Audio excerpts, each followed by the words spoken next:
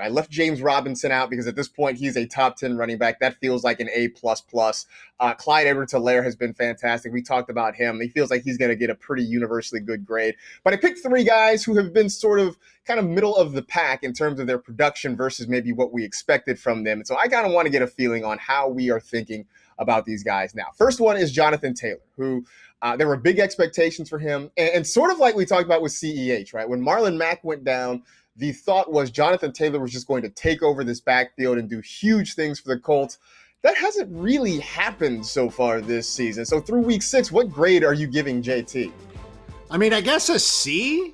I don't know. Because again, Marcus, this goes back to our own perception and the expectations we put upon him. Like, we should have lowered those expectations. It's kind of like when I went to go see the movie Skyscraper.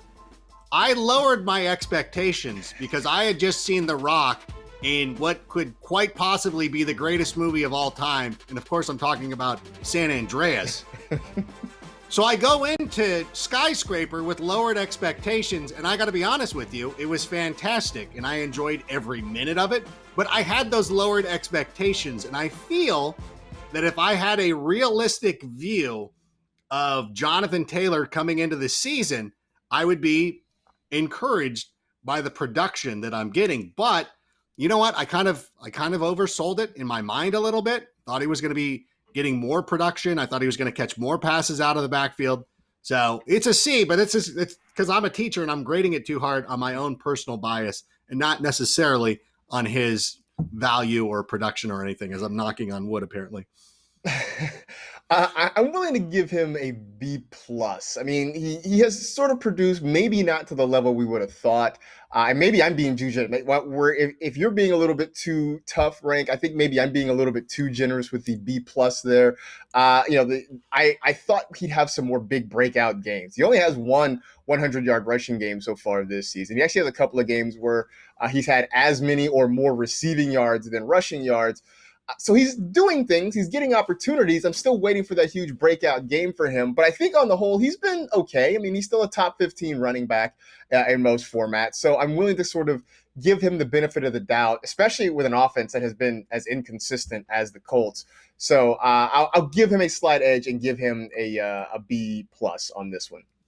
Next one is DeAndre Swift, who really it's sort of kind of been missing in action, it feels like, until this past week when, reports came that Matt Patricia had to win that game. Otherwise, he could be fired. Then all of a sudden, they give DeAndre Swift all this work. He has over 100 yards. He has 2 touchdowns. So, taking that all into account, what grade are you giving him?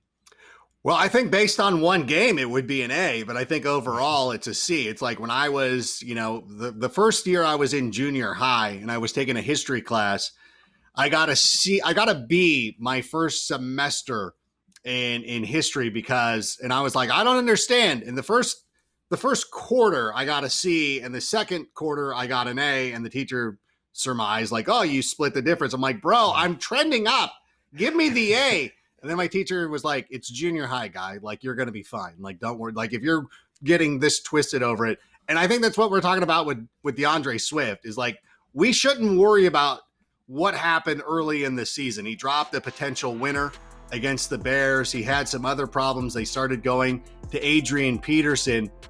But I think this is trending up to a player that could be an A. Like, if they make this commitment to him and really go forward giving the ball to DeAndre Swift. And I know a lot of people will come out and they'll be like, well, he's a Belichick guy, and that means that every week it could change. But remember when Sony Michel was doing things in his rookie year, they stuck with him. And I really do believe that if Matt Patricia enjoys coaching the Detroit Lions, he might not, so I don't know, don't ask me. But if he enjoys coaching the Detroit Lions, he's going to give the ball to DeAndre Swift moving forward. I completely agree with the grade. I'm giving him a C as well. Although I think some of it is just that they weren't giving him the proper tools to be successful, namely, giving him the ball. The fact is they kept going to Adrian Peterson early in the year.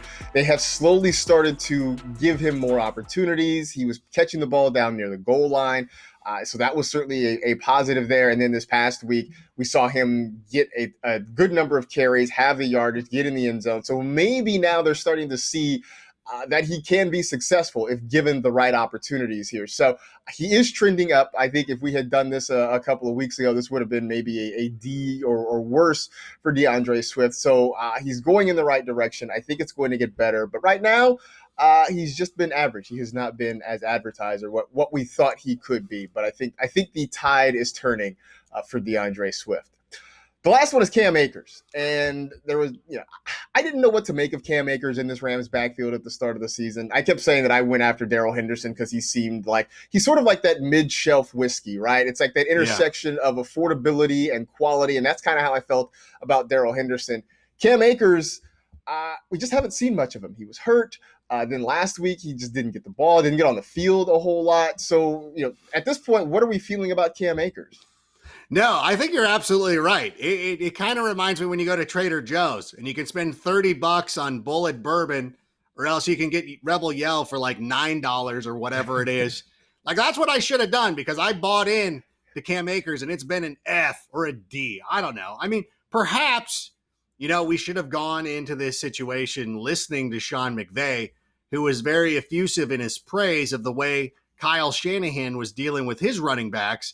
And we should have gotten the clue that none of these guys were going to be, well, I mean, Darrell Henderson's actually been pretty good, but realize that this was going to be something that was going to be in flux. They were going to take 3 guys to replace Todd Gurley. So Cam Akers, to me, and I think that this really comes down to just watching him at Florida State. And of course, the joke of like, he knows how to play behind a bad line, but the Rams line has been playing very well this season.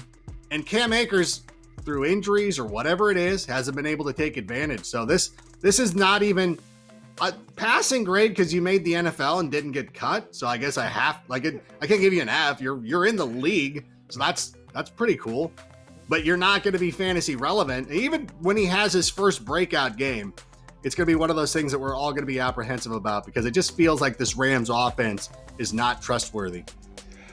I'm gonna give him an incomplete on this one, just because he just hasn't really been around. I mean, he missed a couple of weeks with an injury. Then, he comes back and he has an okay game against Washington. Then we hear that he's going to get more opportunity against the 49ers, except I think he played one more snap than you and I in that game against San Francisco. So he just hasn't really been there so far this year. So I can't really give him a full and true grade on this one. I'm still waiting to see what happens. But Wait a I'm minute. With you.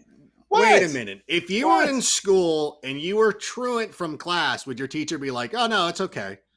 You weren't here. Like, no, you have to be there to do the work. That's part of it. Listen, I didn't know we could take the cop out and just be like, incomplete. No, give him a grade. Letter grade right now. Okay, then if I'm giving him a letter grade, it is a D. Like, that's it. Like, I'm with you. It's a D because he's been missing. Although I think there's at least excused absences. I mean, we knew where he was. Like, he didn't just ditch and go to the movies or anything like that. But it has not been good. And I'm with you. Like, if he does have that big game, we're all going to sort of look at one, nobody's going to take advantage of it because nobody's going to be starting Cam Akers by that point. But also we're going to look around and we're going to be like, yeah, this was really nice, but next week it'll probably be the Malcolm Brown game. We're going to go back to Darrell Henderson. We're just not going to trust it. So far, I mean, there's still, a lot of time left to go in the regular season, the NFL regular season. But so far, Cam Akers has been, I think, one of the bigger rookie disappointments that we have seen this year. And you're right. Sean McVay sort of told us that. But I think we lost trust in Sean McVay because last year he kept trying to tell us that Todd Gurley wasn't hurt. And we were all watching it. We're like, Todd Gurley actually is kind of hurt, dude. Like, but he was still good. Like, Todd Gurley was still good last year. Like, I would take last year's Todd Gurley in an instant this season.